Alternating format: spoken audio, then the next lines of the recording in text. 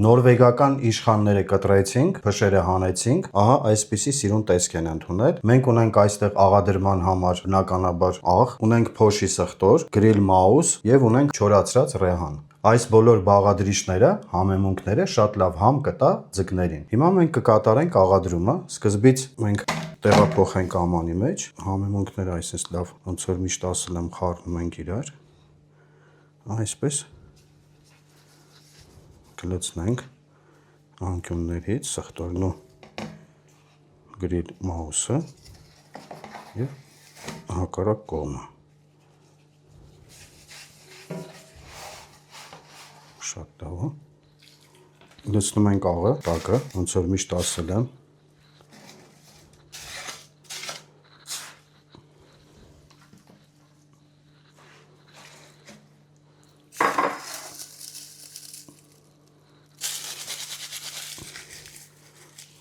Չորացած ռեհանը այսպես կողքերով ամբողջական կլցնենք եւ աղը։